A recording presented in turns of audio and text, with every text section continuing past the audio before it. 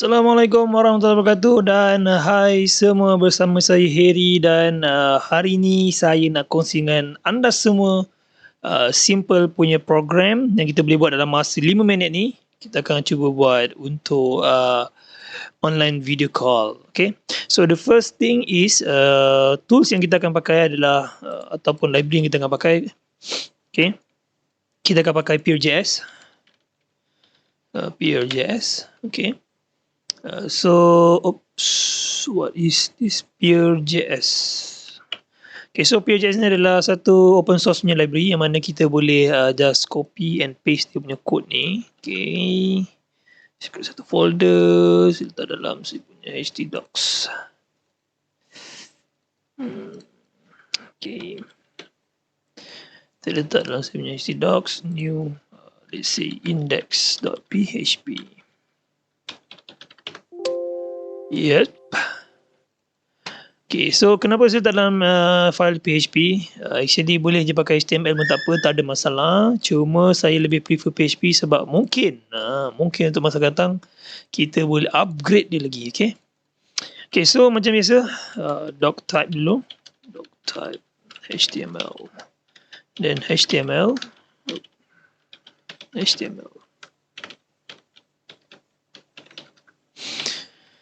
Ada head. Okay, so biasalah jangan lupa kita buat kita punya char set, meta char set. UTF-8. Okay, actually boleh pakai lah editor apa-apa yang nak pakai, tapi saya lebih prefer pakai Notepad++. Okay, walaupun nampak macam a little bit classic, tapi macam alamak, boleh lah buat kerja, boleh lah sebab dah terbiasa kan. Okay. Okay, so kita dah ada kita punya PeerJS. Okay, so then kita boleh include lagi satu kita punya library iaitu jQuery, cdn jQuery. Just cari cdn dia. Sonang kojo, ni ada cdn libraries. Kita cari jQuery.min.js. Okay, dan terus kita copy and paste. Okay, so basically nak buat dia kita kena ada satu video, ID kan sebagai my video, let's say my video. Okay. And then kita letak autoplay equals to true. Okay, and then kita letakkan dia punya muted equals to true. Maksudnya kita tak nak dengar suara kita sendirilah. Okay, then kemudian kita ada dua video, yang kedua pula adalah client video. Let's say kita nak call someone lah kan, so autoplay also true. Okay, sebenarnya masalah dalam muted ataupun autoplay ni, kalau ikutkan dekat dalam Apple tak support, tapi boleh lah untuk kita basic dulu kan. Okay, so kemudian kita ada satu input. Let's say this one kita buat dia punya bottom dia. Okay, biar tak nak, kita buat kat atas lah. So kita buat input type text. Okay, ID client ID, and kita buat button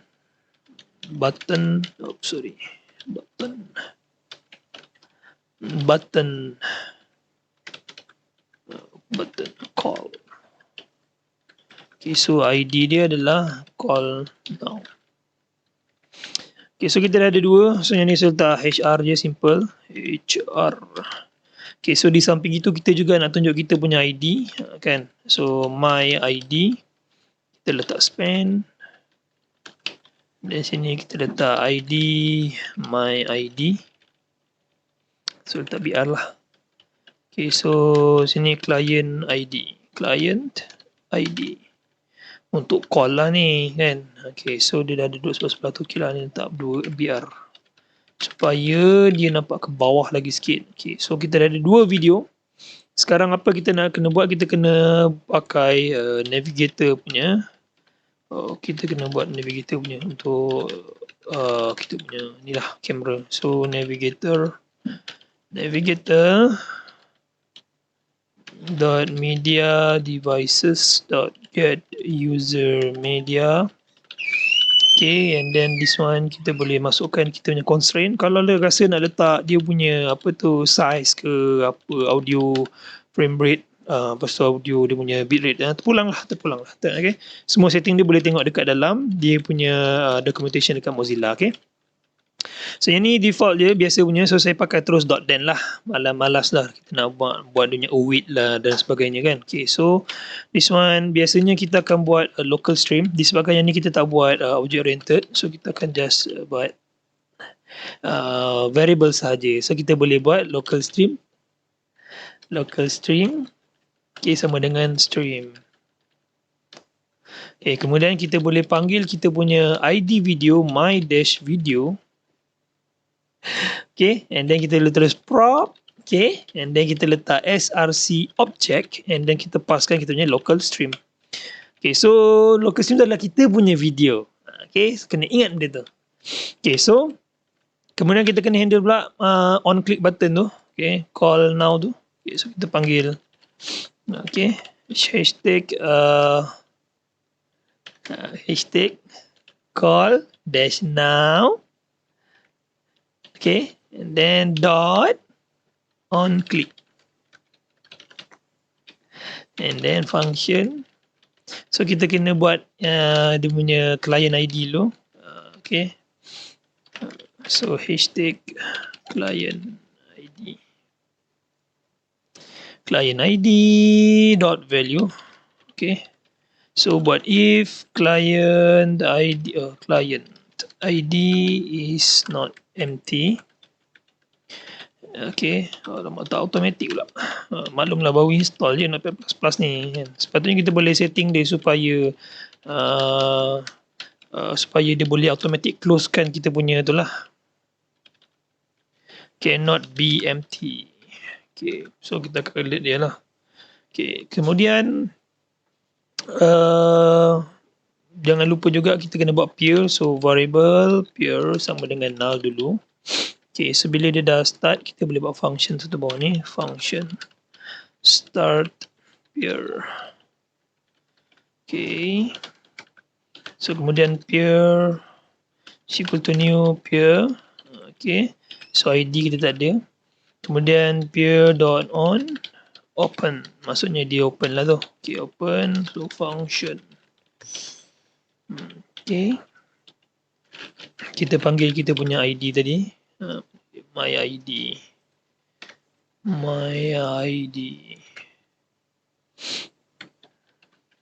Okay, dot text, panggil balik peer.id. So kita dapat kita punya ID. Kemudian peer.on call, maksudnya kalau kita terima call, okay, kalau kita terima call, kita just answer it, okay, just jawab je.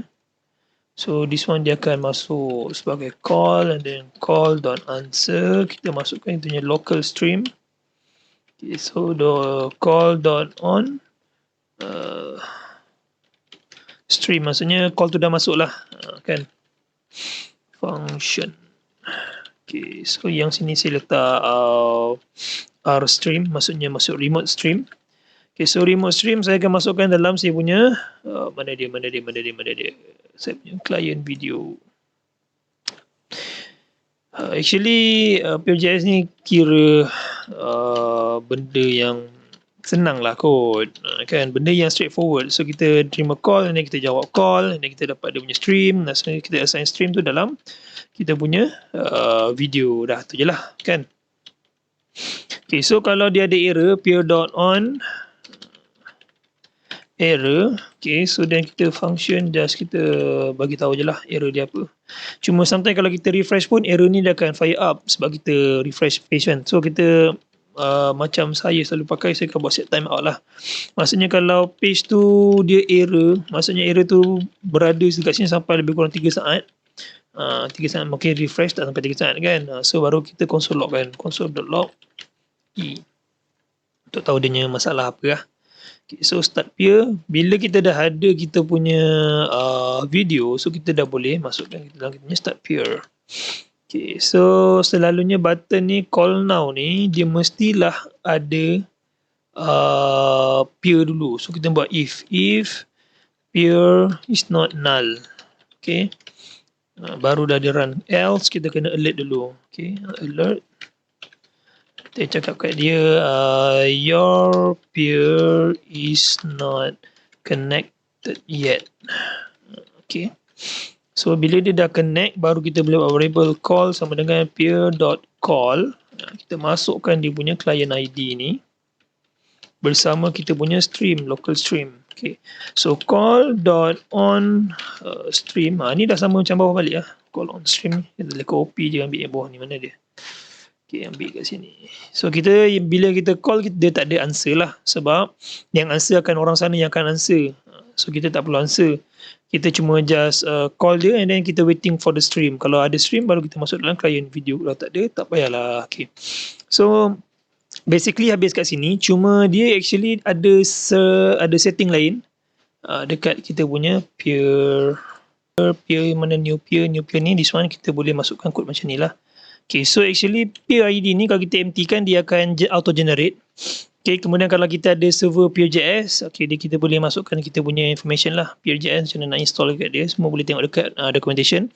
And then ICE server ni adalah kegunaan dia untuk publickan kita punya call. Kalau tak letak ICE ni semua information, maka kita punya call tak boleh merentas NAT. Okay, so maka configure ni perlukan untuk kita buat public. Andainya tak ada, let's say tak ada, benda ni semua tak ada, kita pakai original macam ni balik, maka yang hanya boleh dibuat call adalah dalam local network sahaja. Okay, make sure kan ada internet lah, sebab by default dia akan connect dengan peer server, default server. Okay, so macam saya ada server saya sendiri, maka saya tak perlu tunjuk macam mana saya nak buat ni, nanti saya dalam video lain lah. Okay, so yang ni adalah basic dia punya information. So saya punya application dah siap. Saya just pergi dekat saya punya XMPP dan saya just tekan mana dia. Okay, this one. Okay, so saya akan start. Saya punya Apache sajalah. Okay. Okay, kemudian saya boleh pergi balik dekat saya punya web browser. Saya pergi localhost. So ini adalah saya punya page. Disebabkan dalam video ni saya ada record saya punya video, jadi saya tak boleh menggunakan kamera untuk Mozilla dan juga saya punya studio recording lah. Okay, so saya akan stop saya punya video record. Okay, so saya dah tutup saya punya kamera, maka saya refresh. Masih juga tak ada, mungkin ada error. So kita boleh pergi dekat kita punya F12, kita tengok apakah error dia. Okay, ada typo dekat situ. Dekat mana tu? Okay, jom kita tengok dekat PeerJS punya masalah dunia, masalah peribadi. Okay. Okay, so config ni macam dia tak ada penutup ke? Okay. So lagi sekali, saya masuk lagi sekali. Navigator.media devices, the get user media. Okay, salah je. Bukan get user media.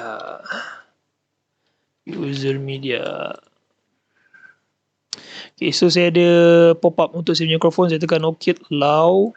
Dan saya punya kamera. Ya, itu dia muka saya sendiri. Okay, cuma sekarang kalau perasan kita tak ada kita punya ID sebab tak boleh connect dengan server. Okay, so kita ada masalah dengan course. Okay, so saya akan pindahkan sebenarnya file dalam saya punya public server dan kita akan tengok apakah result dia. Jadi apa yang saya perlu buat adalah saya kena drag dropkan saya punya file, mana saya punya C, and then pergi dekat XMPP, htdocs, saya punya index.php, saya move masuk dalam saya punya server. Okay, so kita akan tengok apakah yang terjadi. imachat.video.com/test. So ini dia kita punya connection. Tengok apakah masalah lagi. So navigator the media devices is undefined. Kenapa dia undefined? Sebab kita tak ada SSL. So basically setiap browser yang baru kita mesti ada duduk dalam HTTPS wrapper lah. Kita punya security kan. Okay, so sekarang saya just tekan allow, dan baru ada camera. Dadah. So saya ada punya ID. Okay, let's say saya ada dua user, maka saya akan buka satu lagi dekat URL yang dekat dalam saya punya tempat lain lah. Okay, so saya copy. Dan saya pergi sini dan saya paste. Enter.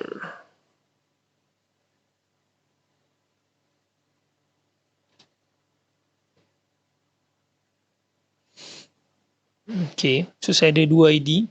Sekarang saya nak call someone, saya akan ambil ID dekat sini. Okay, dan saya akan pastekan di sini. Oops, tak dapat paste. Sorry.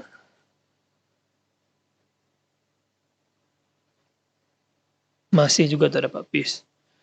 Apa kata kalau yang ni bawa ke sana?